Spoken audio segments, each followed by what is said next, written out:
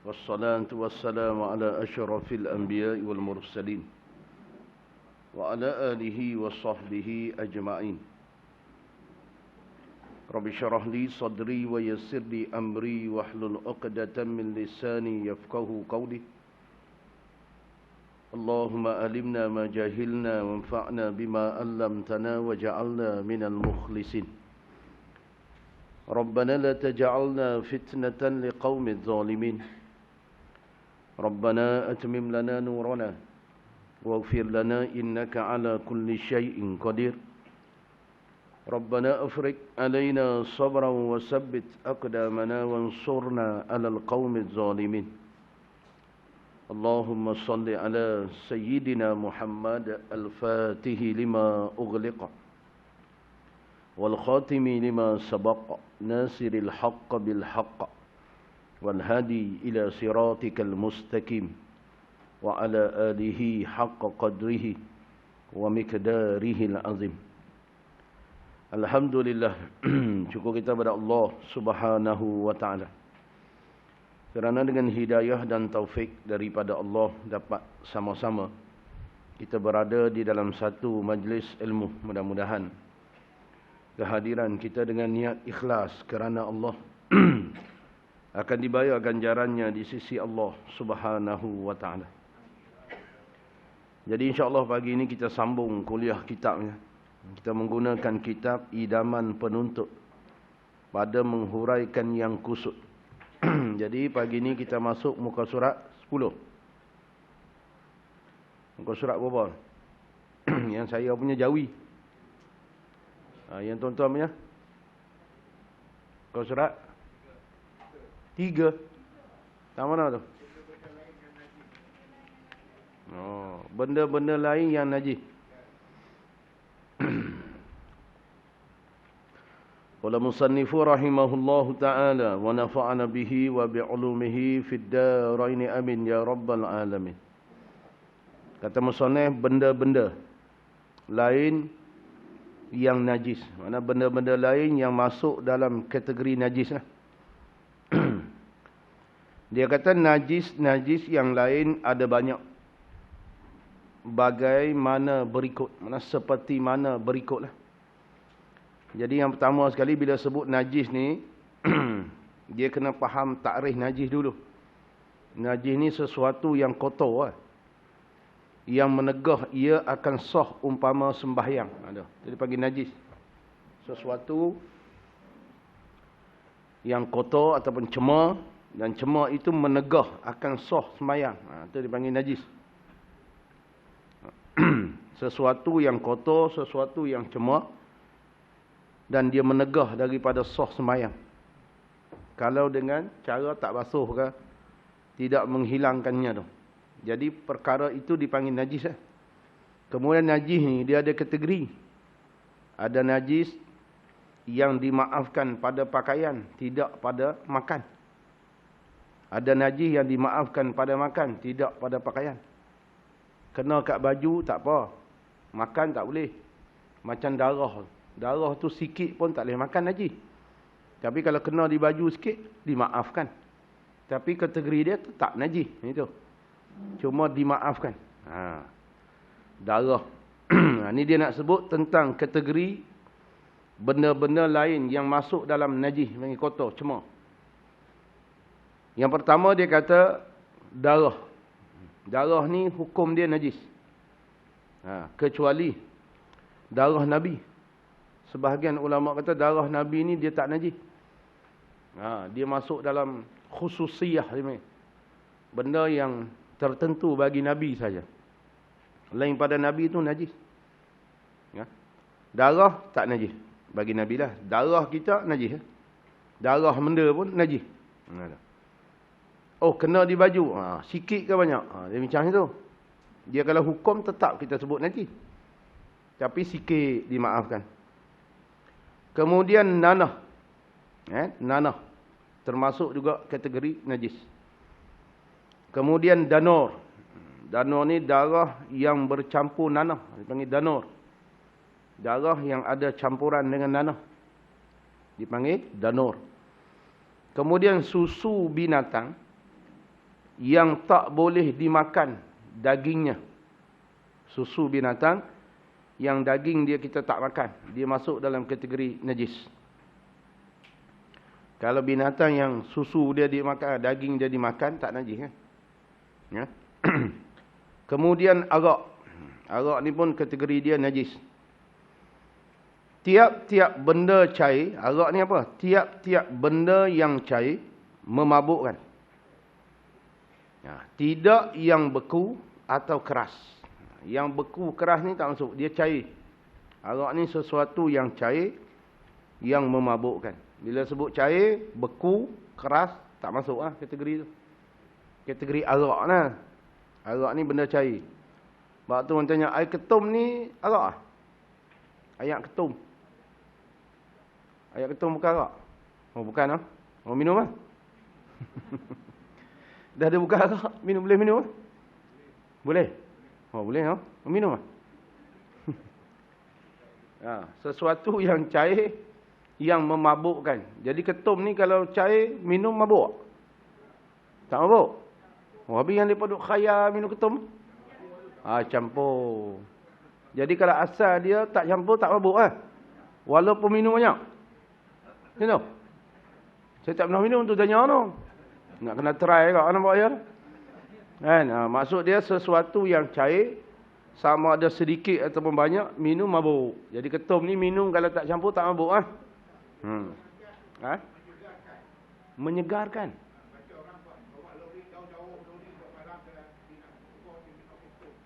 Oh tu. Oh ya tu. Oh kena beli. Masa saya bawa kereta jauh-jauh ni. Tu. Oh makna dia kalau ketum ni dia daripada ayak daun kan, tumbuhan. Oh kalau campur tu baru arak. Ni tu noh. Oh nak kena buat kajian juga. Ketum. Kan sebab saya duk dengar betul lah depa kata campur arak kan. Campur ni jadilah ketum. Nah kalau asal ketum tu tak ada campuran air rebuhan kan. Air rebus lah daun kan. Ada daun ketum. Tak ada sini ha? Ada boleh ya? Ada. Makcik ada tanah ketum. Tak ada noh. Nak tahu juga ketum. Kan daripada cerita ketum-ketum. Tapi dia sebut di sini setiap yang cair memabukkan. Jadi cair tidak memabukkan, orang tak panggil arak lah. Memabukkan. Cair sesuatu yang cair dan dia mabuk. Sebab tu kalau macam air teh, cair ke? Tapi dia tak mabuk. Tak panggil arak. Arak ni cair yang mabuk. Panggil arak, kategori dia lah. Kemudian anjing, babi, kacuk. Apa tu? Kacukannya. Kacukannya. Campuran lah anjing dengan babi ke, anjing dengan kambing ke. Kacuk. Kan? Buat kacukan. Anjing campur dengan kambing. Jadi ambing. Kan? Ataupun babi dengan kambing. Jadi babing kan mana? Tak tahulah. Wallahualam nama tu tak tahulah. Tapi dia hukum dia najis ya. Najis. Dan segala bangkai semuanya najis. Bangkai apa pun najis kecuali bangkai manusia, ikan dan belalang. Bangkai ni kalau bahasa dia binatang yang mati tanpa sembelihan syarak. Tu hukum dia bangkai ni. Kalau berlaku sembelihan syarak orang tak panggil bangkai. Binatang yang mati tanpa sembelihan syarak. Macam ikan kita tak sembelih lah. Macam lembu mati kena langgar tanpa sembelihan syarak, ada panggil bangkai. Kecuali bangkai yang tak najis ni bangkai manusia. Bangkai ikan dan belalang. Ada sebahagian orang kata bangkai manusia ni najis. Sebab dalam Quran kata orang musyrik ni najis. Jadi sebahagian ulama kata dia bukan najis tubuh tu, dia najis i'tiqad. Pegangan dia tu najis. Apa yang dia pegang ada Tuhan selain Allah tu najis lah tu. Jadi kalau kita sentuh dia, tak kena basuh. Kecuali bangkai manusia yang telah pecah.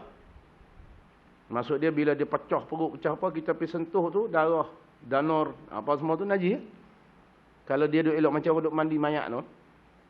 Sentuh. Tak najis kan, tak kena basuh kan. Cuma orang Melayu ni sebut apa? Bahdi. Bahdi apa ni?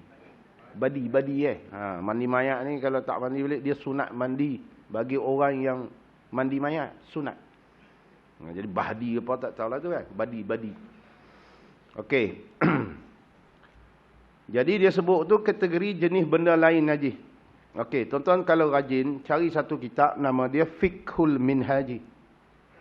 Fiqh Minhaji ni dikarang oleh Dr. Mustafa Al-Kim. Dan Dr. Mustafa Al-Bora. Ni mazhab Syafi'i lah. Dipanggil ulama yang moden lah, ulama moden. Dia kata dalam kitab dia, kan, najis yang kategori dimaafkan ni, pertama, dia kata percikan air kencing yang terlalu sedikit. Percikan air kencing yang terlalu sedikit, yang tidak dapat dilihat dengan mata yang sihat penglihatan. Apabila ia mengenai pakaian atau badan, sama ada najis itu mughallazah, mukhaffafah, mutawassitah, dimaafkan. Percikan air kencing. Bila kita kencing, dia percik. Percik tu tak nampak tau. Kalau nampak basah di seluar tu bukan sikit. Tu banyak lah. Jadi jenis tak nampak tu. Tapi bila kencing diri, dia mesti percik tau. Tahu tak? Kecuali bila percik tu kena di seluar, nampak basah percikan. Yang tu bukan sikit. Yang tu tidak dimaafkan. Yang tu dia sebut percikan air kencing yang terlalu sedikit. Tahap mana sikit tu? Yang tidak dapat dilihat oleh mata yang sihat. Mata yang sihat betul-betul tak nampak. Tapi kalau pakai kanta pun nampak lah. Tak kira tu. Yang tu kira dimaafkan. Sebab tu jangan risau. Cuma kita ni cermat. Bila nak kencing tu kita tarik seluar naik atas sikit. Betul tak? Naik atas sikit tu kita kencing. Tapi kalau kata kena juga sikit, yang kita tak boleh nampak percikan tu, dimaafkan. Pada pakaian ataupun tubuh badan. Sama ada air kencing tu mughallazah, kencing anjing, kencing babi sekali pun. Ataupun air kencing tu air kencing manusia, mutawassitah Ataupun kanak-kanak yang belum makan selain susu, umur 2 tahun, kanak-kanak lelaki tu. Itu mukhaffafah. Jadi dimaafkan. Tapi bila tanya najis tak? Najis. Jawapan dia najis. Tapi kena seluar ni macam mana? Dimaafkan. Pasal tak nampak. Itu yang pertama. Kemudian kategori najis yang dimaafkan lagi. Darah nanah. Darah nanah yang dibawa oleh lalat. Lalat ni hinggap kata darah tu. Contohlah daging ikan kan ada darah kan, dia hinggap. Kemudian dibawa lah di kaki lalat tu. Darah tu. Nanah tu. Selagi dia ni dibawa oleh binatang bukan perbuatan manusia, dimaafkan. Dimaafkan. Sebab tu tak payah duk lari sangat lalat nak buat macam mana. Kita lalu tempat buangan sampah kan. Jadi lalat mai hinggap. Jadi bila dia hinggap tak nampak tu. Ada sebab dia duduk di tempat sampah mesti najis. Tak? Jadi agama ni dia ada kelonggaran bab tu. Tu kata najis yang dimaafkan ialah darah nanah yang sedikit yang dibawa oleh lalat. Tapi bukan perbuatan manusia lah. Dia terbang main ni ikut dan dia nak singgah mana-mana. Kecuali bila dia singgah, kata ulama, nampak di baju tu ada ain tu. Yang tu sebahagian ulama kata tak maaf. Ni dia hinggap. Kita tahu tadi dia hinggap sana. Dia main hinggap sini. Tapi tak nampak apa. Benda yang dibawa oleh kaki lalat tu. Yang tu dimaafkan. Ada. Tuan-tuan boleh banyaklah dia sebut ni. Kalau tuan-tuan kaji beli lah. Fiqh Minhaji. Yang tu perbuatan kita. Yang tu tidak dimaaf. Bila nyamuk tu hinggap, kita pup tu. Darah kan? Najis tu. Tu tak dimaaf. Pasal perbuatan kita. Tu tak boleh. Sebab tu kalau perbuatan kita dengan sengaja tak boleh. Walaupun sikit. Ni dia mari sendiri. Kita pun biar dia hisap. Betul? Tu. Kemudian tahi binatang yang mengena bijian-bijian ketika memijak. Ni pun dimaafkan. Darah yang mengenai baju tukang daging. Sekiranya tidak banyak, dimaafkan. Orang daging ni bila potong daging mesti macam kena darah. Sikit-sikit tu dimaafkan. Tukang daging. Tapi tak boleh buat apa dah.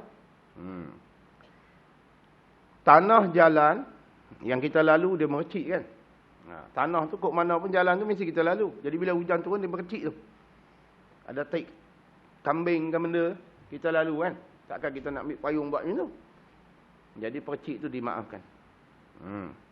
Panjang lah kalau tuan semua nak sebut gitu. Tu pun najis jugalah. Dia masuk dalam kategori najis tapi dimaafkan. Jadi orang tanya ni hukum benda ni apa? Najis. Kena jawab gitu. Cuma dimaafkan. Gitu. Ni pun dia sebutlah kategori najis yang selain daripada kalau bahasa pembahagian tadi. Anjing, babi dan barang yang jadi daripada anjing dan babi. Ada lagi kategori najis dia. Inilah darah, nanah, danur. Sebab tu kata ulama, danur inilah minuman ahli neraka. Na'udzubillah. Ahli neraka ni minuman dia danur ni. Darah yang bercampur nanah. Darah yang bercampur nanah ni yang keluar daripada ahli neraka. Diberi minum kepada ahli neraka. Na'udzubillah min zalik. Okey? Habis tu. Kemudian dia buat pembahagian najis pula. Jadi jenis-jenis najis, benda-benda yang disebut najis. Jadi sekarang ni dia nak buat pembahagian najis. Dia kata najis-najis itu pula dibahagi kepada 3 bahagian. Segala jenis najis ni dia ada 3 kategori. Tak ada lebih. Yang pertama dipanggil najis mukhaffafah. Bahasa Arab dia mukhaffafah. Dia kata yang ringan. Bukan timbang kilo. Ringan ni makna dia nak basuh dia tak teruk. Tu mukhaffafah ni. Yang duk faham ringan macam kita duk faham hadas kecil. Hadas besar. Tangan mana hadas kecil tu? Mana perkara haram dengan sebab dia sikit. Kecil. Perkara haram dengan sebab dia banyak. Dipanggil hadas besar. Bila sebut najis mukhaffafah, mana najis yang diringankan. Dari sudut basuh dia. Cara nak bersih dia tu tak teruk. Tak susah. Itu panggil ringan. Bahasa Arab dipanggil mukhaffafah. Najis mukhaffafah. Satu je najis mukhaffafah ni. Iaitu air kencing. Kanak-kanak lelaki. Jadi bila sebut air kencing kanak-kanak lelaki, kanak-kanak perempuan tak masuk lah. Dia bukan mukhaffafah. Dia mesti air kencing kanak-kanak laki-laki yang di bawah umur 2 tahun. Syarat dia, budak lelaki ni, umur dia 2 tahun ke bawah. Jangan lebih. Lebih habis. Dia tak masuk mukhaffafah lah. 2 tahun, kanak laki-laki. Kemudian syarat dia lagi. Dan yang belum makan makanan secara mengenyang. Belum makan makanan cara kenyang. Melainkan menghisap susu sahaja. Tak ada lain. Maksud dia, makanan yang mengenyang dia kanak-kanak ni hanya susu. Jadi sebahagian ulama kata susu ni tak kira susu apa pun. Susu ibu ke, susu janji susu. Susu kambing ke, susu lembu ke. So, cuma ada juga ulama kata tak, dia nak susu ibu. Susu lain dia tak mahu. Tu cermat sikit lah. Ulama yang ambil susu ibu saja, dia nak jagalah. Pasal susu lembu kambing, takut dia ada campuran lain. Dia tak mahu, dia nak ori betul susu. Kalau jenis tak ada campuran, okey.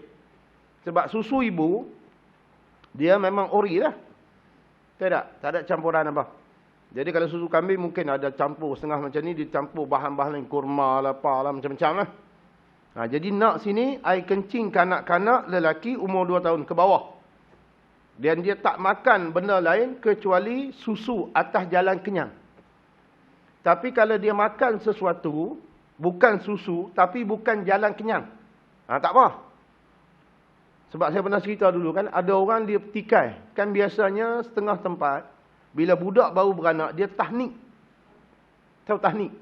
Belah mulut. Jadi belah mulut ni dia beri makan apa? Kurma. Okay, dia beri minum air zam-zam kan? Biasa lagu tu lah. Dia bagi kurma, air zam-zam. Jadi ada setengah orang dia faham kata, tu dah biasa masuk buah kurma dah tu.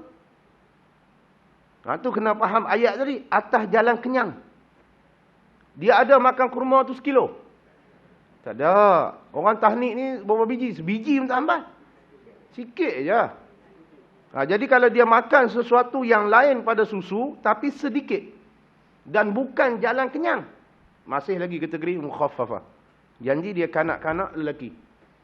2 tahun ke bawah aja. Air kencing dia mudahlah. Sekali dia ceritalah. Ha?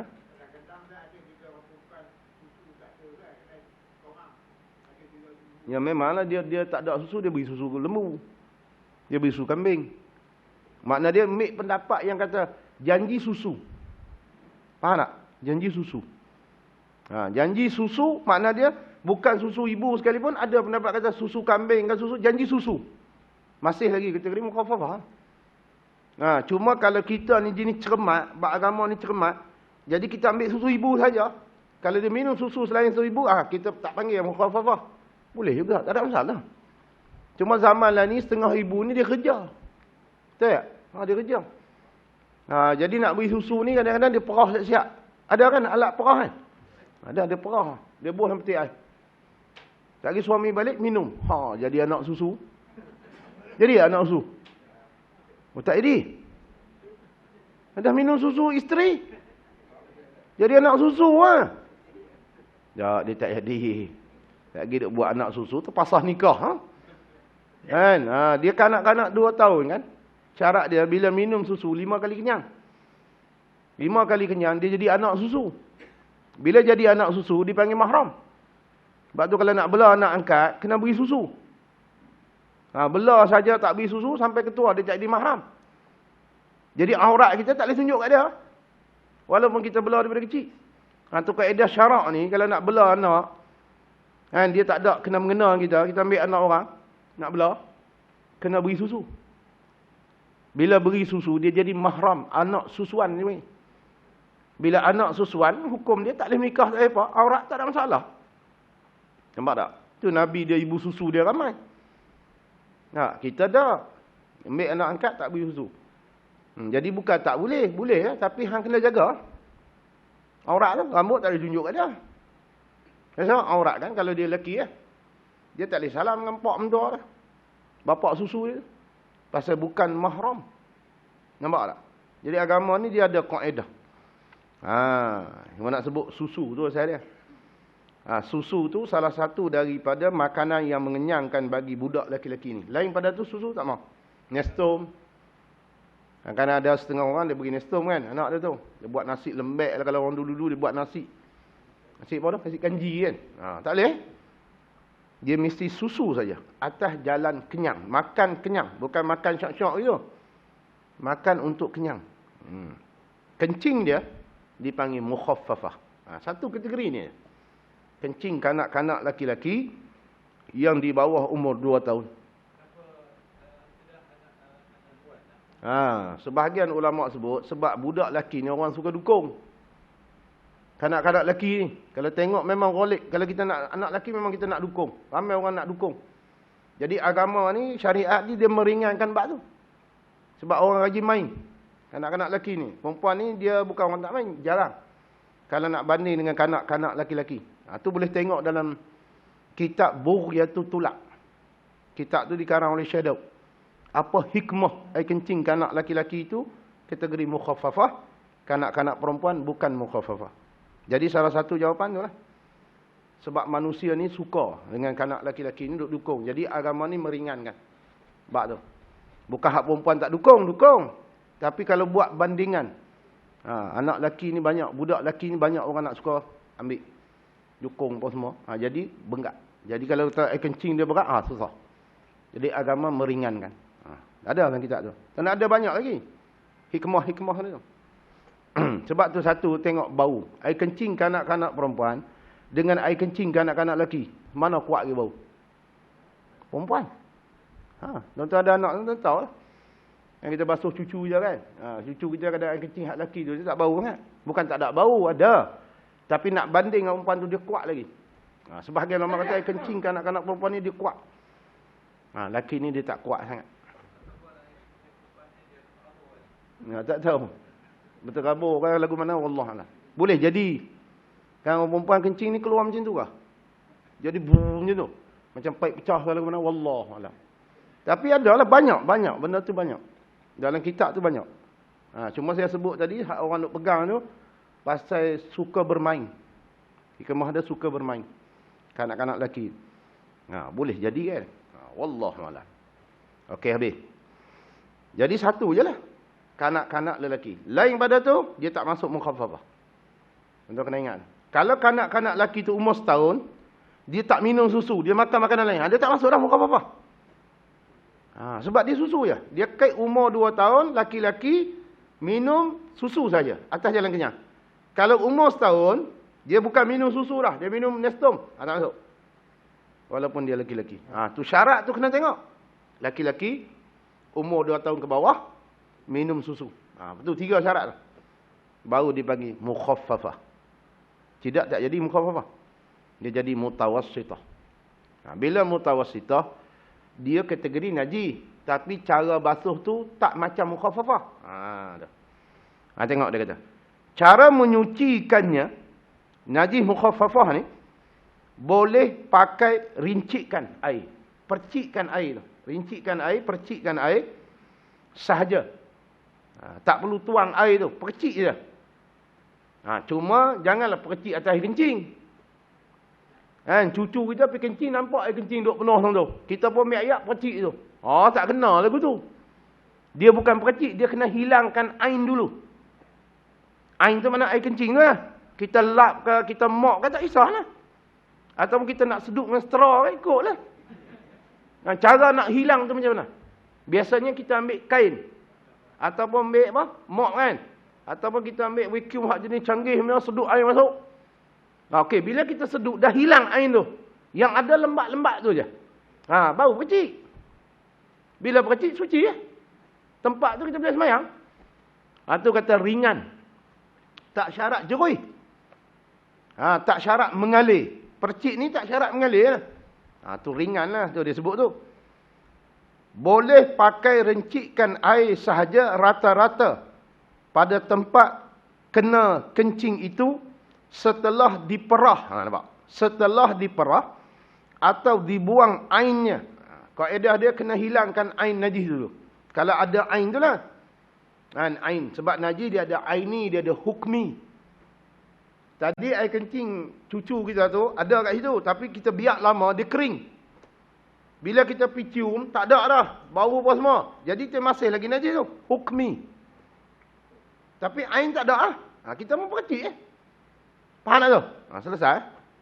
Sebab kalau kita tak percik, dia tetap najis. Cuma ain dia tak ada. Tempat tu tak boleh semayang. Kita bijak pun dia kering. Tak ada masalah apa. Cuma kita tak boleh semayang tu. Jadi kita kena percik dulu. Walaupun dia tak ada ain. Cuma yang dia cerita ni ada ain. Bila ada ain, ada benda. Kalau taik, ketui tu. Kalau air kencing, nampak air kencing tu. Dia panggil aini. Najis yang boleh dilihat dengan mata. Yang tu kena hilangkan ain dulu lah. Tu dia sebut tu. Macam mana? Ya. Kita percik petang. Buat petang lah percik tu. Tak kisah nak basuh 3 hari pun tak apa. Tapi tang tu hang pijak habis. Pijak air kencing tu kita tak hilangkan, kita pergi pijak sana habis. Tu je lah. Dia najis habis tempat lain. Sebab tu kita basuh awal, takut orang pergi pijak. Tapi kalau rumah kita tahu, kita pun sekat buat bulatan situ. Dilarang masuk. Tak apa, nak basuh 3 hari lepas pada tu lah. Faham tak? Jadi kita cuma nak beri dia hilang air ni, nak beri jadi hukmi lah maksud dia.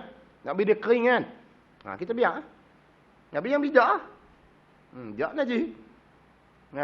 Tu kaedah dia lagu tu. Cuma kita ni kalau cepat, kita nak buat cepat. Bila kita lalu tak sedap pun tak ada masalah dah. Itu je lah. Sebab tu orang tanya. Kalau kita berak, kita tak basuh lagi. Tapi pekan boleh? Kita tak basuh berak lagi. Tapi berak dah. Lepas tu kita pergi Maidin. Boleh? Boleh tak? Kita tak basuh berak. Wajib ke basuh berak? Hukum basuh berak tu wajib ke sunat? Kan tak biasa basuh berak? Biasalah kan? Apa hukum? Bila kita berak, wajib basuh terus ke tak wajib? Wajib? Tengok keadaan. Jadi najis ni dia hukum dia wajib bila kita nak semayang, nak taharah, nak bersuci, nak semayang, memang kena basuh, kena hilangkan najis. Sekarang ni kita bukan nak semayang, kita nak pergi Medan. Silakanlah. Tapi kalau bau jangan salahkan. Cuma kita ni adat kita bila berak mesti basuh.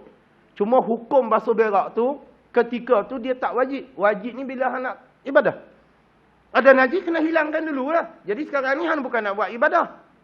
Nak pergi silakan. Tapi gamak ke pergi Medan tak basuh berak? Tak gamak. Sebab tu kita orang suka bersuci ni, orang Islam ni. Dia tak ada lekat di situ. Tak apa-apa. Medan, tawaf Medan tu. Tapi sebab tu kalau orang tanya, orang yang menyuci najis dengan istinja dengan batu. Senang. Kan najis ni kita boleh hilangkan dengan batu. Dipanggil istinja. Betul? Ada orang dia basuh najis dengan air.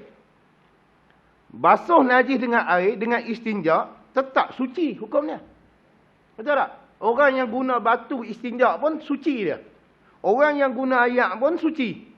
Cuma afdal ayak ni sebab dia menghilangkan bau. Kalau istinja dengan batu, bau tu tetap ada. Tuan pernah pergi semayang tepi orang Pakistan di Mekah kan? Kadang-kadang bau tu. Dia memang istinja dengan batu ni. Tapi bau tu masih ada. Sebab tu ulama kata afdal guna air. Sebab dia menghilangkan najis dan bau. Cuma kalau kita duduk di tempat air kurang. Jadi kita guna batu lah. Bau tu tetap ada lah. Cuma nak abang jadi kalau kita tak basuh berak lagi, kita tak buat ibadah apa. Seluar yang kita pakai najis lah. Betul tak? Cuma kita ni tak mau lah macam tu. Kita basuh sekejap pun pergi. Dan kita tak gamak tengok orang pakat lari. Bau terik kita. Kan? Pasal orang tahu, bau apa ni? Pakcik ni. Masa dia tak ada, tak bau. Rupanya dia tak basuh berak. Kan? Boleh jadi kalau buat itu. Kan? Kaluk sangat. Terlupa basuh berak. Ada terlupa basuh berak? Sebab dulu ada seorang ustaz. Dia kata hukum basuh najis ni wajib. Bila dia sebut wajib, kita selama ni basuh berak, kita niat tak basuh?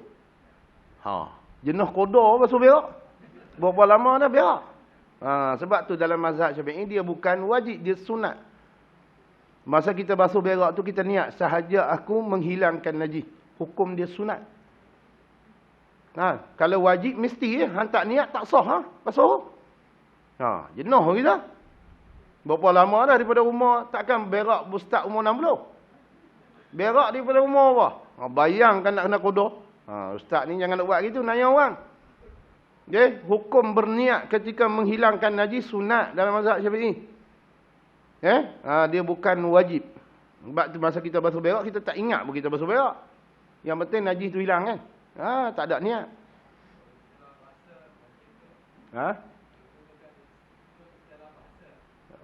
Wajib macam mana tu? Bahasa tak ada masalah ni syarak. Kita tak bincang bahasa-bahasa. Syarak. Jadi hukum ni hukum syarak bukan hukum bahasa. Jadi kalau orang sebut bahasa macam semayang. Semayang tu pada bahasa doa. Tak payah ambil uduk. Tapi bila semayang ni pada syarak.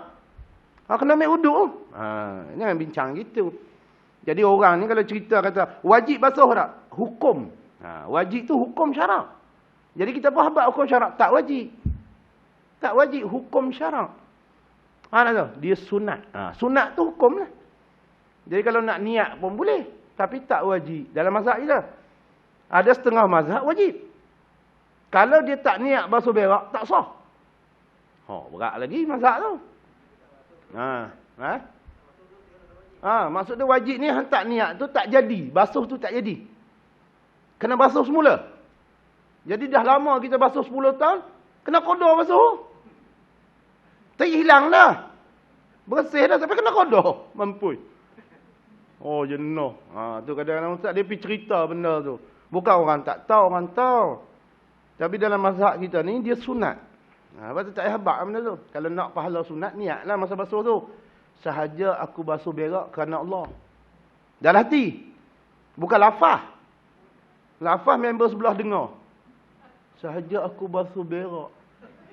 Kawan tu pun terkejut pula. Dia kata biar betul. Dalam hati. Niat tu dalam hati.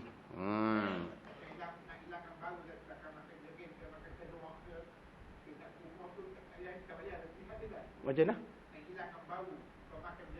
Makan benda-benda busuk ni, dia makruh kan? Makan tu hukum dia makruh dah, benda busuk kan? Jadi nak beri hilang tu, memang sebahagian ulama' dia beri hilang bau tu. Tapi kalau bau tu tak hilang, nak buat macam mana? Yang bercakap dengan orang, pasal bau tu busuk. Sebab tu agama ni benda-benda yang mendatangkan bau tu makruh makan.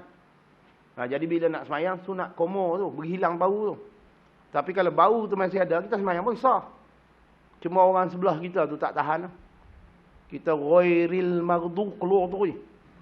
Bau petai. Petai pula jeruk pula. Puh.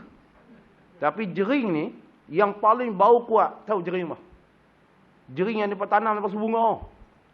Orang sini panggil jering. Kalau kampung dia panggil jering camah. Camah orang dia. Saya pun tak tahu sini panggil jering apa. Kan dia tanam dalam pasu ke ataupun dia buat bekas. Jering tu macam merekah sikit tu. Orang panggil jering apa tu? Oh, tak tahu nama bekas. Cambah.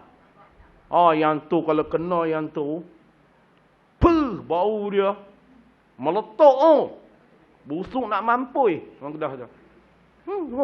Jadi kalau bau busuk tu, ganggu tak? Ganggu. Sunat menghilangkan. Bagi hilang bau tu. Tapi kalau bau tu payah nak hilang, ada juga. Tak apa. Sebab tu air kencing, ataupun najis yang jenis bau dia payah. Tang bau tak apa. Yang penting air tu tak ada, rasa tak ada. Kan 3 benda kan? Warna, bau, rasa.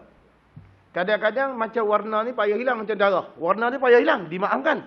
Kita dah try, dah tak hilang juga warna tu. Tak apa. Jangan ada 3-3. Ada 3-3 maknanya najis lagi. Dia kena ambil 3 benda tu. Salah satu. 2. Satu lagi tak apa. Macam bak darah. Warna. Ni. Tempat kena kencing itu setelah diperah. Kita ambil kain. Letak atas air kencing tu. Kita bawa keluar kain tu. Basah kain lah. Kita perah bang. Yang tepi ni pula.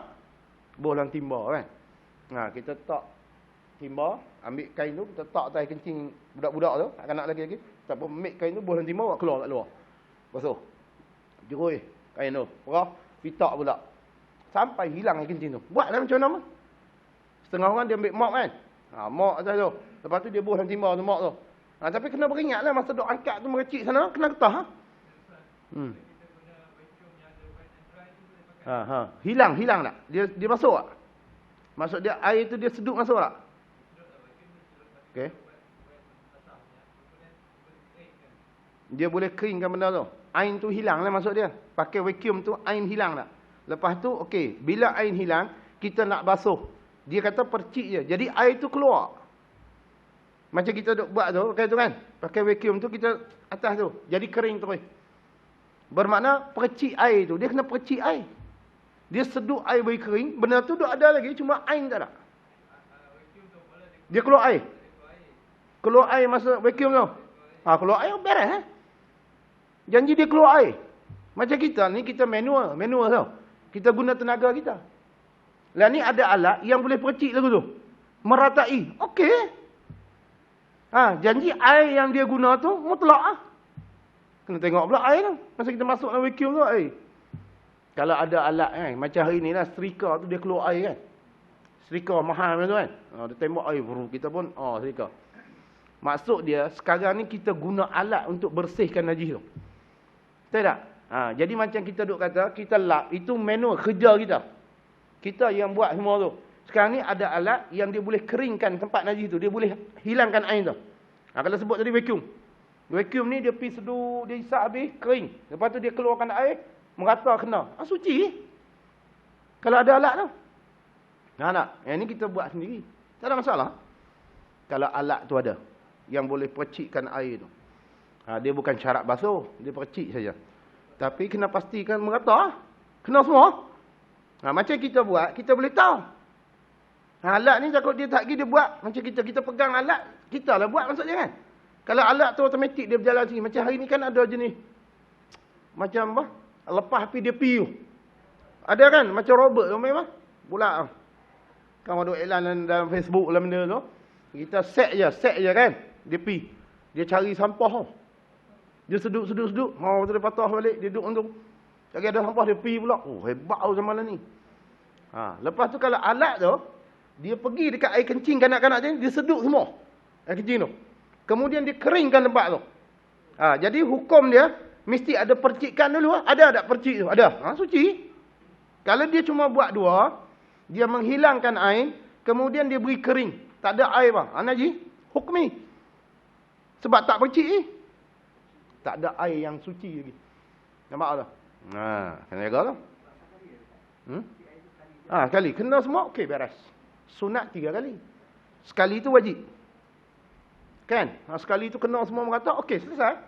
Kita buat sunat. Sebahagian ulama sebut 3 kali. Percik tu 3 kali. Tujuan apa? Nak beri kena semua.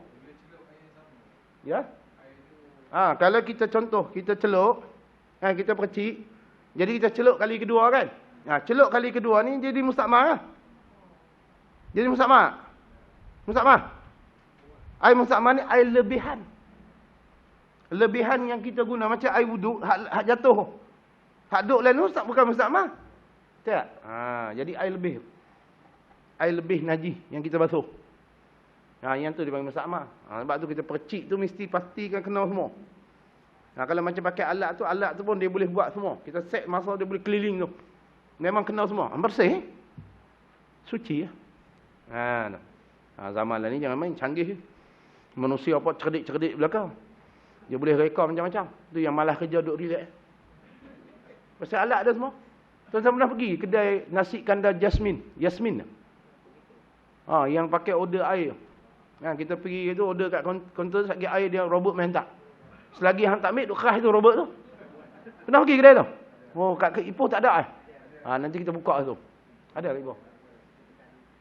Maksud dia pergi tu, kita dah bayar kat kaunter dah. Sekali dia bawa air tu, robot tu bawa. Dia tahu meja mana. Dia pergi meja kita. Dia keras tu selagi kita tak ambil. Kita pun tengok dia. Dia pun tengok selagi hang tak ambil tu. Kita pun ambil. Kata dia belah, dia pergi meja lain pula. Punya canggih tu. Zaman lah ni, jangan main. Manusia ni dia boleh cipta alat-alat gitu. Alat membersihkan najis tanpa dia buat sendiri. Cuma ibadah ni menghilangkan najis ibadah. Bila kita buat, kita dapat pahala. Nampak? Itu agama dia nak lagu tu. Kita buat. Iaitu memadai dengan tak payah dijirus. Jerus itu tak payah. Atau dicucurkan air itu atasnya. Tak payah tu. Cuma percik saja. Cuma macam tadi lah. Jangan percik air atas najis tu. Air tu hilang dulu. Macam setengah orang, dia nak cuci najis, air tu ada, dia pergi jerui. Bila dia jerui, dia pergi sana, habis najis. Tu kena reti dulu kaedah basuh najis tu. Hilangkan ain dulu. Kalau dia ada ain. Kalau dia tak ada ain, tak payah hilang ain lah. Kita pergi tengok, ain apa pun tak ada. Contoh, anak kita berak. Tadi masa kita tengok tu, tak ada lagi. Kita pergi sekali lagi, tak ada dah. Mungkin dia makan lah kot. Budak je kau tahu apa. Kadang-kadang tak ada dah, bersih. Jadi tempat tu kita tak basuh lagi. Maknanya najis. Cuma hukmi. Bukan ain ni. Sebab ain tak ada. Jadi tempat tu kalau semayang tak sah. Najis. Jadi pergi. Berciklah kalau mukhafafah. Tapi bila mukhafafah dia air kencing je. Tahik bukan mukhafafah. Tahik kanak-kanak lelaki umur 2 tahun. Yang dia makan hanya susu. Dia berak. Berak bukan dia. Berak tu mutawassitah lah. Air kencing je. Habis jadi tu sebab tu tak payah jerui, tak payah cucur. Bila tak payah jerui, tak payah cucur, jadi tak susah. Tak susah dia panggil mukhaffafah. Tu nama mukhaffafah tu, ringan. Habis. Kemudian yang kedua dipanggil najis mughallazah. Mughallazah ni dia buat kurungan yang berat. Susah nak basuh. Berat ni payah. Bukan tak boleh basuh, boleh. Tapi payah, berat sikit lah. Iaitu anjing. Orang mughallazah ni anjing, babi dan anak kacukannya anjing ataupun babi. Ni panggil mughallazah. Najis mughallazah. Yang ni kena hati-hati. Cuma dia mughallazah ni, dia hanya anjing, babi dan yang jadi daripada anjing dan babi. Ataupun salah satu. Salah satu daripada anjing dan babi. Kalau kita tengok dalam beberapa kaedah ulama' ni, kan? Tengok dah, kita nak sebut gini. Tuan-tuan ingat ni, kaedah ni saya nak sebut. Tuan-tuan boleh dobek ni. Benda ni ingat nanti orang tanya mudah. Kaedah syarak. Tiap-tiap anak yang jadi. Okey? Tiap-tiap anak yang jadi antara binatang yang suci dengan binatang yang najis, maka anak itu hukumnya najis. Itu kaedah dah. Tiap-tiap anak yang jadi daripada binatang yang suci dengan binatang yang najis, anak tu akan jadi najis. Itu kaedah dia. Tiap-tiap binatang yang suci, anak binatang yang suci. Okey? Jadi daripada binatang suci dan binatang yang najis. Anak tu macam mana? Najis. Boleh faham benda tu? Tiap-tiap anak yang jadi di antara binatang yang suci dengan binatang yang najis, maka anak itu najis hukumnya. Okey?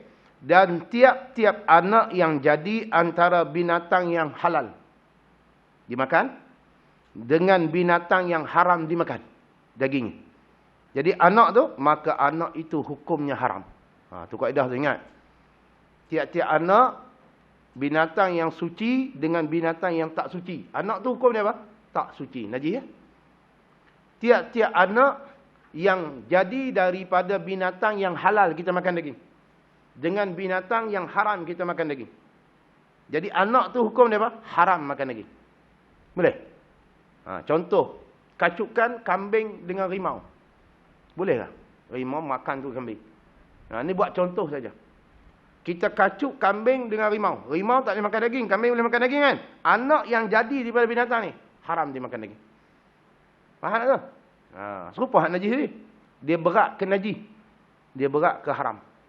Tu dua kaedah tu. Hafal molek tu. Kemudian satu lagi. Tiap-tiap anak yang jadi antara binatang yang wajib zakat dengan binatang yang tidak wajib zakat. Okey? Maka anak itu tiada wajib zakat. Ingat tau. Tiap-tiap binatang, tiap-tiap anak binatang yang jadi daripada binatang yang wajib zakat.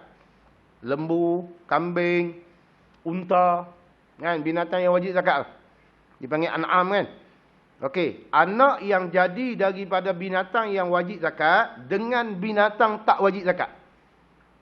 Kacukkan lembu dengan burung unta. Burung unta ni wajib zakat? Tak wajib zakat. Lembu wajib zakat? Wajib. Unta wajib zakat? Wajib. Kacuk dengan binatang yang tak wajib zakat. Jadi anak yang jadi tu hukum dia tak wajib zakat. Walaupun rupa dia lembu. Faham? Sebab dia ada benih tak wajib zakat. Bila ada benih daripada binatang tak wajib zakat, anak tu tak wajib zakat. Boleh ingat tak tiga kaedah? Boleh kan? Rusa tak wajib zakat. Sebab dia bukan an'am. Tapi hari ni orang belah rusa. Rusa dia bukan binatang ternakan. Dia asal binatang liar. Betul? Jadi binatang liar tak wajib zakat. Yang wajib zakat binatang ternakan. Sebab tu dia ada kategori je binatang ternakan ni. Dia bukan semua. Okey. 3 kaedah. Kaedah yang terakhir. Dan anak yang jadi antara binatang yang sah buat korban. Binatang ni boleh dibuat korban. Sah. Dengan binatang yang tiada sah buat korban. Maka anak itu tiada sah buat korban. Boleh? 4 benda. Anak yang jadi daripada binatang yang boleh dibuat korban, lembu, kambing, kerbau, apa semua tu, dengan binatang yang kita tak buat korban. Rusa boleh buat korban? Tak boleh. Kita kacukkan kambing dengan rusa. Keluar anak kambing, ada kacukan rusa, tak wajib korban, tak sah buat korban. Walaupun bentuk dia kambing. Tu ingat kaedah tu. Habis. Kacuk dengan binatang. Kalau guna. Anak yang jadi daripada manusia dengan binatang, anak tu fitrah, alal fitrati. Kan? Dia budak kan alal fitrah walaupun anak kafir. Dia lahir daripada bapa dia yang kafir, ibunya yang kafir. Anak tu fitrah. Sebab tu kalau dia mati masuk syurga. Tapi bila dia balik, lain. Dia balik habis. Dia memilih untuk beragama kafir. Dia najis. Najis i'tiqad lah. Bukan najis tubuh tu. Yang najis i'tiqad. Tapi kalau perempuan Islam kahwin dengan perempuan lelaki kafir, jadi perkahwinan tu pun berat lah. Dia mesti masuk Islam kan. Cuma nak cerita hukum. Jadi anak tu hukum dia apa? Hukum dia Islam. Dia tak ambil tang kafir. Sebab dia alal fitrati. Kanak-kanak tu. Okey, biar. Jika seseorang terkena anggotanya atau pakaiannya dengan darah binatang itu. Pakaian kita ataupun tubuh kita ni kena darah daripada anjing ataupun babi. Atau kena tahiknya, tahi anjing ataupun babi, atau kencingnya, kencing anjing ataupun babi, atau air liurnya, atau badannya yang basah, badan anjing ataupun babi yang basah. Jadi hukum dia najis mughallazah. Faham? Badan, pakaian, kenderaan lah contoh. Saya orang ni langgar anjing. Alamak. Patah habis bumper depan. Langgar pula degree. Balik pada kuliah. Kan kita pun duk ikut kereta tu rapat kan. Sekali kereta tu elok, kita tak ada elok. Ribai anjing duk tengah jalan. Kata bau bunyi. Kan kita pun malas nak berhenti tengah malam. Belah terus Sampai di Pekan Hulu tengok, keluar tengok kereta. Ada kesan lah. Darah dia. Lepas tu adalah bulu sikit, mampus aku tak tahu anjing tu. Lepas tu kita tengok pampu patah. Bermakna ada kesan darah. Mughallazah. Jadi kalau kita pergi sentuh itu, dia jadi kena basuh dulu. Basuh dengan kaedah mughallazah. Salah satu air tanah. Bancuh air tanah, jeruh dulu. Boleh kena semua. Lepas tu ambil air biasa 6 kali. Baru saya buka bumper tu. Pasal kita nak pegang bumper tu, kesan dia ada tu. Berat ada dia. Kena beringat lah benda tu. Langgar babi. Kan kita pun buat pergi kedai pomen. Pomen pula Islam. Bungkui. Abang dekat dia ni langgar babi. Ada samak belum?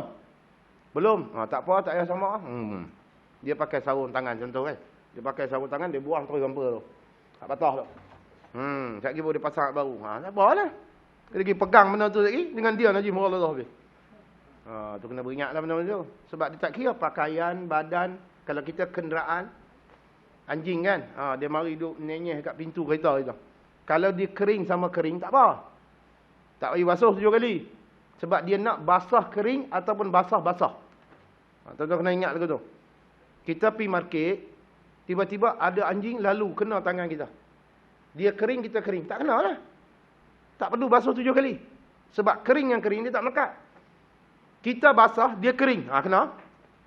Ataupun dia basah, kita kering. Ataupun dua-dua basah. Kena. Yang tak kena ni kering-kering. Itu dia sebut tu. Atau badannya yang basah. Badan anjing tu, badan babi tu basah. Kita pula kering. Dia sentuh, kita lekat tak basah tu. Mughallazah. Mughallazah lah tayar kereta tu. Tapi tayar kereta tu tak ada lah kita bawa pergi semayang. Betul tak? Cuma percik tu nanti. Masalah lalu. Sebab tu orang diberingat sebab tu. Dia cuci masuk gitu. Perbuatan makna cuci 7 kali, duk pusing tu 7 kali. Mesti ada air tanah. Kalau air lecah, dia bukan air tanah. Dia air tanah ni, dia kena macam ni. Contoh kita ambil cawan, kita bubuh tanah, kita kacau-kacau, kita tanya, air apa? Air tanah. Baru boleh guna. Kalau dia sebut air keruh, keruh lagi, air lagi tu. Dia mau air tanah. Lagu tu. Boleh faham tak? Janji air tanah. Mesti air yang bercampur dengan tanah. Kalau macam air apa? Air keruh kan. Hujan lebat. Jadi air tu masih keruh. Orang tak panggil air tanah. Orang panggil air kan. Air keruh. Orang tak mahu. Dia nak air tanah. Dia mesti nama tu. Ya, boleh? Ya, Kak.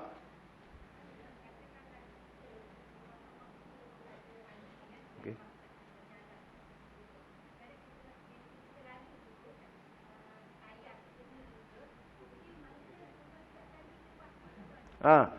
Kalau kita tak mau basuh, maknanya kita kena pastikan tubuh kita, pakaian kita tak kenalah pastikan.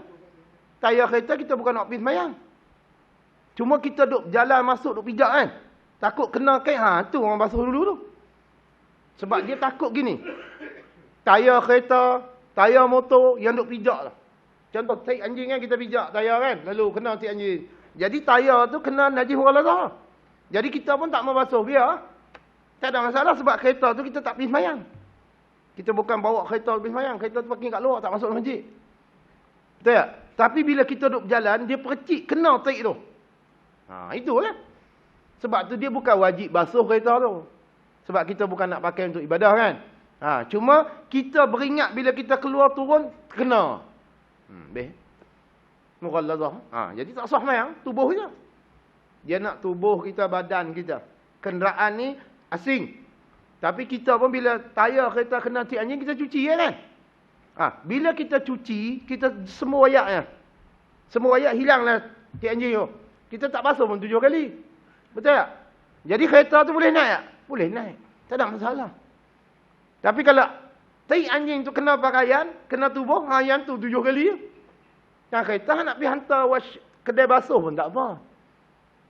Cuma bila dia tembak tu, tak kena baju. Baju tu najis mughalazah. Kena beringatlah sebab tu. Sebab tu anjing duduk main depan rumah, kalau tak nampak apa kering tak apa. Kita jeruih macam tu je lah. Tapi kalau nampak najis dia, lantai kita kena basuh 7 kali.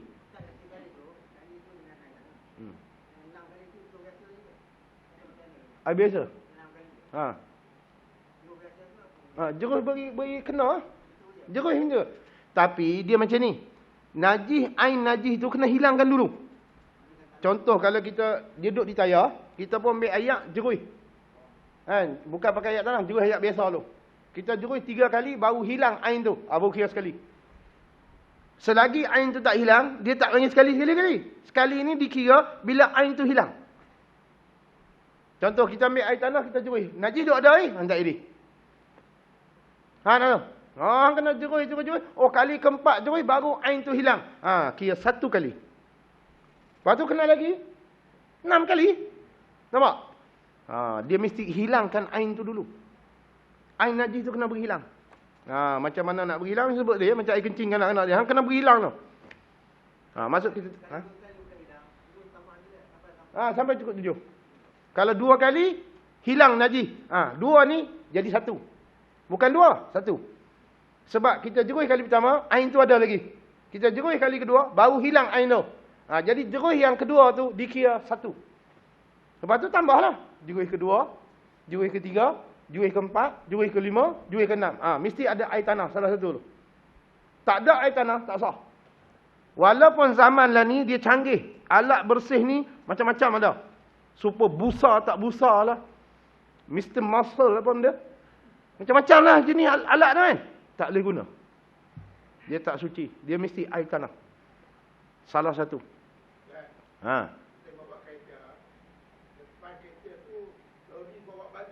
Okey.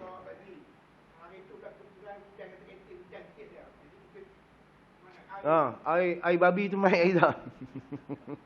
Air hujan ke air babi? Air hujan lah. Tapi kerana babi duduk macam tu, mungkin merecik kena kereta kita kan? Kena beringat lah tu. Najis lah kereta tu. Tapi tak kena tubuh kita, kena tubuh kita. Tak kena. Tak ada masalah apa. Kereta tu najis mughalazah.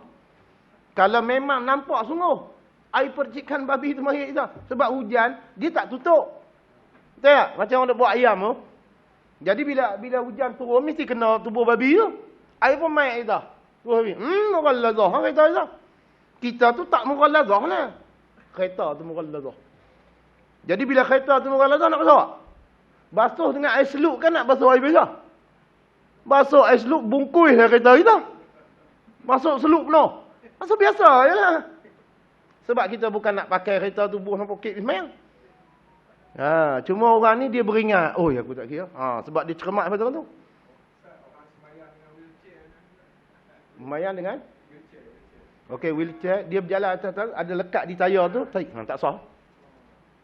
Jangan kata wheelchair. Macam orang duk tawaf bawa kasut tu. Kan kita pakai kasut. Nak pergi ke Masjidil Haram. Lepas tu kasut tu kita tak basuh tapak je. Kita mari daripada hotel kita. Mesti pijak tik burung pati. Lepas tu kita buh dalam beg sandang. Kita tawaf. Tak sah. Menanggung najis. Sebab kalau cermat, sebelum nak masuk tu. Tu dekat paip tu kan. Pergi cucuk tapak dulu. Bagi bersih dulu. Lepas tu buh dalam beg. Bawa pergi tawaf pun. Nak tak atas kepala pun tak apa. Pasal suci. Nah, ni pun mutawih tu kena beringat benda tu. Nah, ni kadang-kadang mutawih dia relax, buat tak tahu. Tak sah lah bawa najis. Boh dalam beg. Kalau beg, kalau kasut jenis tak di luar, kan dia pakai-pakai sampai kat luar, dia letak kat tempat kasut kan. Dia masuk dalam dalam. Tak apalah. Ni dia bawa kasut sekali. Pasal apa? Dia takut hilang. Kasut mahal tak? RM3.9 biar situ je lah. Nak beli susah. Sebab tu buat masuk. Tapi pasti kalau tapak lah. Bersih. Sebab dia kita mari daripada hotel. Kalau hotel jauh pun, dekat, dia mesti ada tape burung merpati. Tak? Bila kita pijak, nampak tapak tu tape burung tu. Kita pun boh dalam beg, tawaf. Menanggung najis, bawa najis. Tak sah. Wheelchair pun sama, tolak. Tayar. Okay? Sebab ibadah ni, tawaf ni dia ibadah lah. Dia mesti suci daripada najis. Kena. Sebab tu kena ambil wuduk. Tawaf ni. Bukan boleh tak ada wuduk. Sebab dia menepati semayang. Sebab tu kalau kita belajar hukum, perkara yang haram dengan sebab tak ada semayang, salah satu dia solat. Sama ada solat fardu ataupun solat sunat. Yang kedua, tawaf. Nampak tak? Tawaf mesti ada wuduk. Mazhabnya sama ada tawaf itu sunat ataupun tawaf itu fardu. Yang tak syarat ada wuduk ni, sa'i. Sebab tu sa'i ni dia sunat berwuduk. Dia tak wajib berwuduk. Sunat sahaja. Yang wajib berwuduk ni tawaf. Sebab tawaf Nabi kata seperti semayang. Cuma tawaf ni kamu boleh bercakap. Semayang tak boleh cakap. Tawaf ni boleh bercakap. Tapi bercakap benda-benda yang tak jadi dosa lah. Ini sambil duk tawaf duk bercakap. Syok tak sampai Mekah? Best tak? Duduk hotel mana? Dia boleh buat gebang lagu tu. Mana boleh sembang lagu tu? Tawaf tu ibadah. Jadi boleh bercakap apa? Benda penting. Jaga bau, takut terkeluar. Boleh gagah. Pasal takut jemaah ni baru dia terkeluar pada kotak tu, tak sah lah pusingan tu. Hati-hati bau kita tu. Dia peringat benda tu kan. Benda-benda penting. Lepas tu baca zikir, subhanallah. Yang tu dibenarkan lah. Ini siap buat video. Tuan-tuan, saya sekarang berada di dataran Kaabah. Tengah tawaf ni. Boleh buat itu? Ni berat. Dia jadi macam tak tahu. Buatlah dulu. Tawaf siap dulu. Tak buatlah video. Ni tengah duk ibadah tu video. Buat kita ni, semayang. Okey, saya tengah semayang ni. Nampak tak saya angkat takbir ni? Boleh ke lu? Berat nanah. Okay? Kadang-kadang kena mengaji benda tu. Kursi roda tu. Tak ada masalah. Kita yang tawaf tu. Dia yang tawaf tu dia tolong tolak macam orang duk upah orang kan. Dia duk upah orang tu, dia tolong tawaf dia tak ambil wuduk. Kita yang berwuduk, tak ada apa. Diri kita tu. Diri kita yang tawaf tu. Cuma saya pernah tanya, orang duk tolak orang, saya tanya ni, duk tolak orang ni ambil wuduk. Kami ambil wuduk. Orang Indonesia tu depa memang ambil wuduk. Sebab depa pun mazhab macam ni, depa sendiri pun risau. Takut depa bawa ni tak sah. Depa pun ada wuduk. Depa cermat agaklah. Bukan kata saja-saja nak pergi tawaf cari duit dah. Depa mau jaga bab tu. Kalau hak jenis hak cari duit betul, cari duit. Dia tak kira hang tolak ke mana, dia tolak je. Macam hak geng hak duk tunggu hak pakai baju. Depa bukan mazhab Syafi'i. Tu susah sikit tau. Dia tolak ikut dan dia kan 150 riyal ke 200 riyal, dia kira tu lah. Kalau hak kita ambil orang-orang kita ni, depa cermatlah sikit. Okey makcik, ni kena baca tau sampai sini. Bukan wajib lah tapi kena baca. Okey makcik, lambai istilam. Tu dia beringatlah benda-benda gitu. Kalau hak nu, janji hang tunggu sana. Bangla ke Pakistan ke. Susah je dah.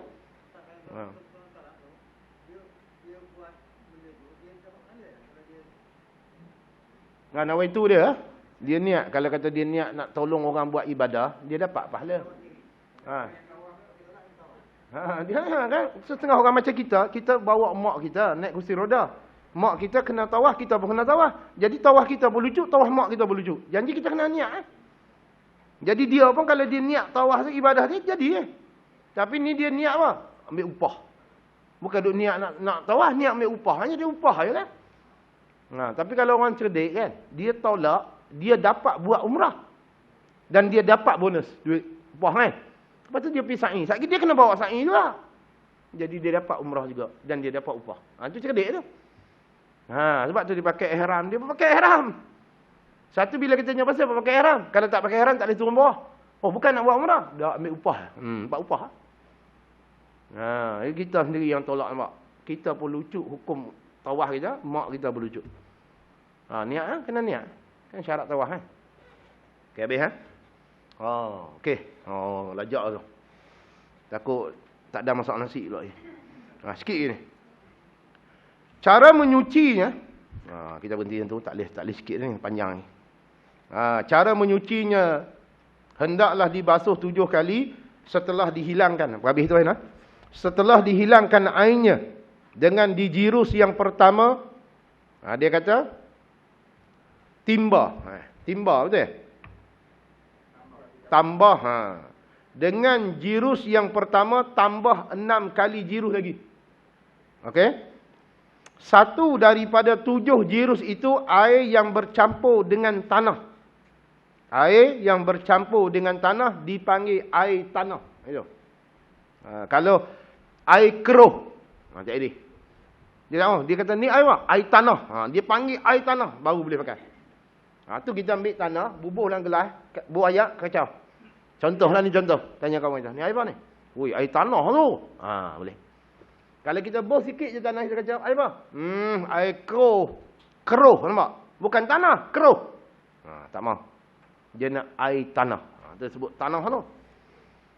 Jadi kalau hikmah air tanah ni, kalau tengok dalam setengah kitab, dia kata kuman tu. Kan? Tanah ni dia asal kejadian manusia, Nabi Adam. Jadi tanah ni benda asal. Jadi tanah ni boleh menghilangkan kuman. Kalau kajian sains ni, kuman yang dikeluarkan atau kuman yang jadi daripada najis anjing dan babi itu boleh mati dengan tanah saja. Lain pada tu dia tak mati. Itu hikmah agama suruh guna tanah. Kemudian yang kedua, sebahagian ulama jawab, dia pakai tanah ni sebab orang panggil apa? Ibadah. Ta'abud, junjung perintah. Dah Nabi suruh guna tanah, tak payah cakap banyak. Guna aja tanah. Tu sebahagian orang dia pegang lagu tu. Dia tak buat kajian apa. Dia kata ni perintah. Ta'abud. Buat ibadah. Benda ni ibadah. Benda ni disuruh. Buat je lah. Dia tak bincang dah benda tu. Macam kita semayang. Pasal mana semayang? Dah Allah suruh. Nampak? Ada orang kata, dah agama ni suruh basuh salah satu air tanah. Aku buat je lah. Tapi bila dia pergi kaji-kaji, nampaklah hikmah lah. Okay? Okey. Jadi kena basuh 7 kali. Salah satu air tanah. Jadi air tanah ni nak letak di mana-mana terpulang. Nak letak last sekali pun boleh. Cuma bila letak last sekali, kotor lah. Itu je lah. Ada sebahagian ulama, dia letak awal. Mula-mula tu air tanah. Lepas tu 6 kali tu air biasa. Air mutlak lah maksud dia. Kan? Ada orang letak tengah. Yang pertama, air biasa. Yang kedua, air biasa. Yang ketiga. Banyaklah tu, hadis tu banyak. Nak letak di mana? Janji, hak sepakat, mesti ada air tanah. Itu je. Nak letak di mana-mana, terpulang. Awal ke, ujung ke, tengah ke, terpulang. Ada. Mesti, dia kata. Dan ratakan di mana tempat kena najis itu. Mana air yang kita jeruh itu mesti kena semua tempat yang kena najis. Hatta. Hatta ni, bahasa Arab kan? Dia tulis apa? Hatta. Jika dikincahkan benda yang kena najis binatang itu ke dalam air keruh. Kocak lah. Maksud dia kita ambil contoh. Handset kita kena tiak anjing. Handset payah lah sebab bola air habis. Kan? Kita ambil benda yang dia tak rosak kena air. Contoh apa kita tahu? Beg kita kena najis kan? Kena najis mughallazah. Jadi sebelum kita nak kocak dalam air tu, kita kena hilangkan air dulu. Tahu tak? Contoh kepiah kita kena tik kucing tik anjing kan. Jadi kita kena buang tik anjing yang ada di kepiah. Tak ada dah tik anjing tu. Jadi tak suci lagi tu sebab dia kena basuh 7 kali. Betul? Kita ambil kepiah tu. Kalau contohlah. Hatta jika dikencahkan benda yang kena najis binatang itu ke dalam air yang keruh dan yang berarus. Berarus ni makna mengalir lah. Dia bukan bertakung tau, dia mengalir. Dengan 7 kali kincah, nescaya sucilah ia. Dia kata, cuma tuan-tuan fahamlah, bila disebut air keruh, makna air tanah. Jangan tuan-tuan faham air keruh macam hujan turun, parit tu jadi kokoh macam tu bukan air tanah tau. Yang tu tak jadi. Dia mesti air tanah tu. Keruh, tanah tu. Bukanlah kita angkat-angkat je jadi tanah. Tapi kerana bercampur dengan tanah tu, air tu memang pekat lah. Keruh dia tu. Kita pun ambil benda tu, buat macam tu. Faham? Dalam air tu. Dalam air yang mengalir tu lah, sungai tu. Ambil kepiah tu, kita ada basuh dah. Najis tak ada dah kepiah. Kita ambil kepiah tu, masuk dalam air sungai tu, kita buat macam tu. 1, ataupun celup. 2, 3, sampai 7 kali. Suci. Suci. Ataupun kita tok tangan kita dalam ayak tu. Kepiah duduk dalam ayak, kita buat macam tu. Faham tak? 7 kali. Suci. Suci. Tak ada masalah. Kocak dalam air. Kocak dalam air. Dia tulis kencang. Tak tahu bahasa apa ni. Kan? Tapi memang kencang bahasa dia. Kalau kita kocak lah kan. Macam kita ambil semayang, kita basuh muka. Lepas tu tangan kita selam dalam kolah masjid tu. Kalau kita nak 3 kali, kita buat macam tu. Betul tak? Kalau kita celup tu angkat tu, dia tak jadi taslis. 3 kali tu tak dapat. Sunat meniga tu. Jadi bila celup tangan dalam tu, kita buat 1, 2, 3. Hasil meniga. Jadi kocah tu, ambil tu, boh dalam ayak, buat je. Nak tu? 7 kali. 1, 2, 3. Hasil lah 7 tu. Tapi air tu mengalir lah. Jangan takut mengalir. Sebab kalau bertakung, dia kena jemur. Sebab syarat mengalir. Kalau air tu dah mengalir, tak apa lah. Kita tok lagu tu, dia mengalir kan? Kalau kita tok kebiah tu, dia kena air mengalir tu. Sebab dia suruh basuh. Bila istilah basuh, air mesti mengalir. Ya? Boleh. Kalau kurang 2 kolah, jadi masalah besar lah. Sebab air kurang pada 2 kolah, dia tak boleh tampung najis. Jadi najis, mutan najis. Kalau najis tu kita tak buang lagi. Kalau najis tu kita dah buang kat kebiah, kita celup dalam tu pun, dia kira sekali sebab kita tak mengalir. Tak? Kita kena cedok air tu terus. Tak tu? Kalau air mengalir, kita buat Hindu ya, sebab dia mengalir lah. Itu beza dah. Sebab dia sebut basuh. Tu saya pernah sebut kat tuan-tuan kan. Ambil wudu, basuh muka. Bila basuh muka, mengalir air. Basuh najis. Basuh tempat sesuatu yang kena najis. Bila basuh, air mesti mengalir. Kalau kita buat macam tu, tu orang tak panggil basuh. Sebab tu percik tu, dia tak syarat mengalir. Percik tu. Tak syarat air mengalir. Tapi bila basuh, mesti mengalir. Tu kena jaga tu sebab tu. Kalau setakat ambil air, mak jadi. Mesti mengalir. Cuma, kita dah tak ada najis di benda tu. Kita jerus pun, jatuh bawah pun, dia tak jadi najis. Sebab najis dah tak ada benda ni. Faham tak tu? Kalau najis tu ada, kita jerus, ayak tu kena najis, jatuh najis. Najis ya. Tu kena basuh dulu. Asingkan dulu. Nyabur sekali. Habis kan? Tak boleh? Kalau 2 kolah. Kita celup tangan. Angkat. Celup pula. Celup pula. Boleh? Bazir macam mana?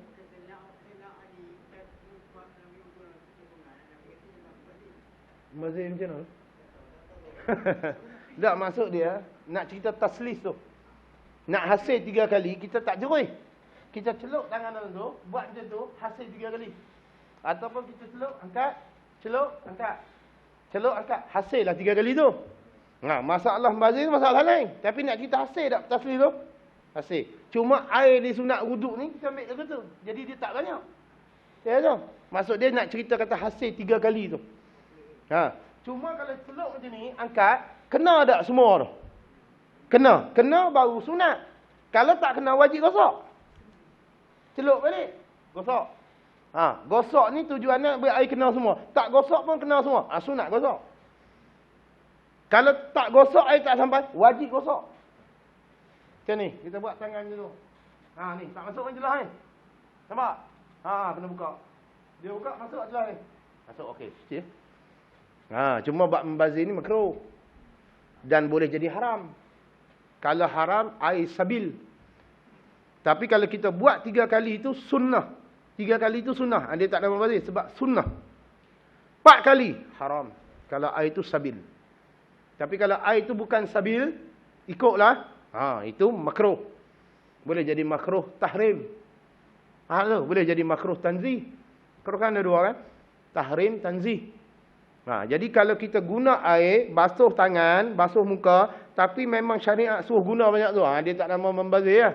Lebih tu baru membazir.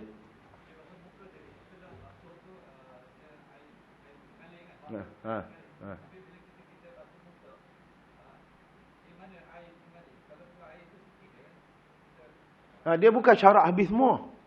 Janji ada mengalir.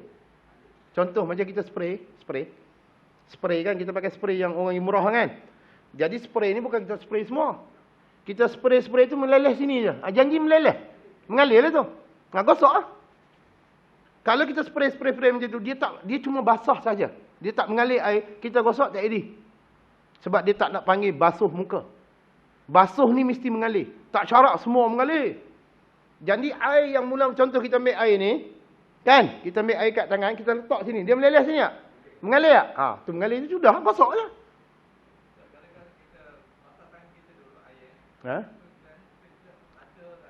Tak kena. Itu bukan nama basuh. Tak mengalir tu. Kita basahkan tangan. Macam kita sapu atas kepala. Kita basahkan tangan kita. Lepas tu kita tak atas kepala. Nama basuh ke sapu? Sapu tak sah. Sebab tu dia sebut farsilu. Farsilu tu basuh. Kalau wamsahu, sapu. Tu istilah bahasa Arab tu. Kan? Ya ayyuhallazina amanu iza kuntum ila salati farsilu. Maka basuh oleh kamu akan muka kamu. Wa arjulakum, dan tangan kamu. Wa aydiyakum, dan tangan kamu ilal marafiq, hingga siku. Wamsahu. Wamsahu tu sapu. Bila sebut sapu, tak syarat mengalir. Basuh mesti mengalir. Contoh gini. Kita nak basuh tangan. Tangan kena basuh, bukan sapu. Jadi kita spray air tu, dia bertakung kat tangan ni. Takung. Kita mau buat itu, meleleh tak? Baru boleh sapu. Kalau basah saja, tak jadi. Dia tak panggil basuh. Istilah basuh tak berlaku. Dia panggil istilah sapu. Sapu untuk kepala. Muka tak boleh. Tu jangan jaga sebab tu. Ni pun banyak tabung haji sebut lah tu. Kan, orang nak pergi buat haji ni, dia ada jemaah. Ustaz-ustaz tabung haji yang okey, spray mesti mengalir air. Mesti mengalir. Kalau basah sahaja, dia tak panggil mengalir. Dia mesti air tu macam tu. Turun lah. Meleleh. Meleleh air tu, kita terus sapu lah. Terus sapu. Kita gosok bila air tu meleleh. Jadi kalau kita jeruih di sini, air tu turun. Tak apa dah, dia tak jadi mustakmal. Sebab dia masih dalam anggota yang dibasuh. Dia mustakmal ni terkeluar. Ataupun hak meleleh ni, pergi kat tangan. Hak duduk di tangan ni mustakmal. Hak duduk di muka meleleh ke mana pun, dalam hak muka tak panggil mustakmal. Keluar, masuk balik mustakmal. Sebab tu bila dia meleleh, kita terus gosok. Jangan angkat. Gosok terus, beri kena semua. Gosok macam tu lah. Gosok beri kena semua. Okey, dah kena semua. Kita angkat. Kita basuh kali kedua, baru sunat. Dia tak jadi fardu lah. Fardu tu kali pertama. Hak kedua tu sunat. Ketiga sunat. Lagu tu. Habis satu ni.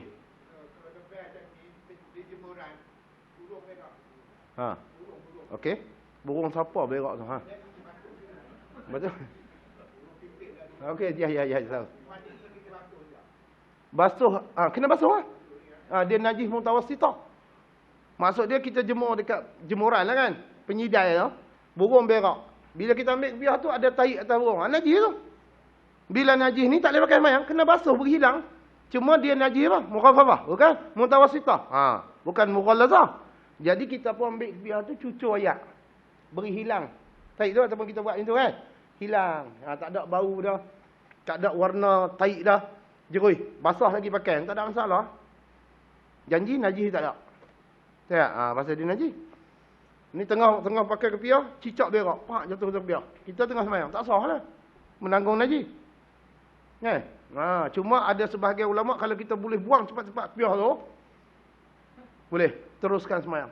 Tapi kalau kita buat itu, kena kawan kita sebelah lah. Mengamuk kawan tu. Kan? Sebab tu dia hikmah pakai ni. Pakai apa?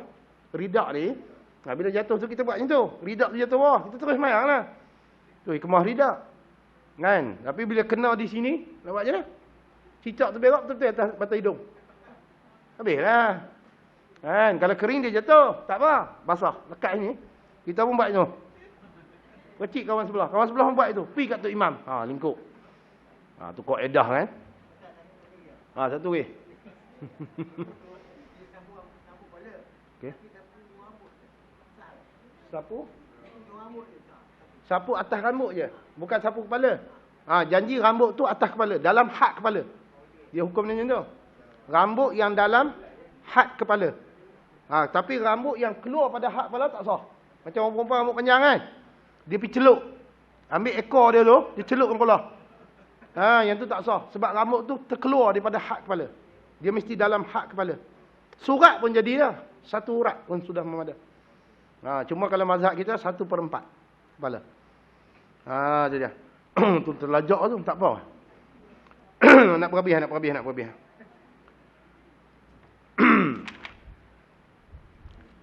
Okey, dia kata hingga nescaya sucilah ia. Jadi syarat dia gitu 7 kali, salah satu air tanah. Suci ya. Okey nah, habis. Kemudian dia kata yang ta najis mutawassita. Wallahu a'lam. Tanda je mana? InsyaAllah kita akan bertemu.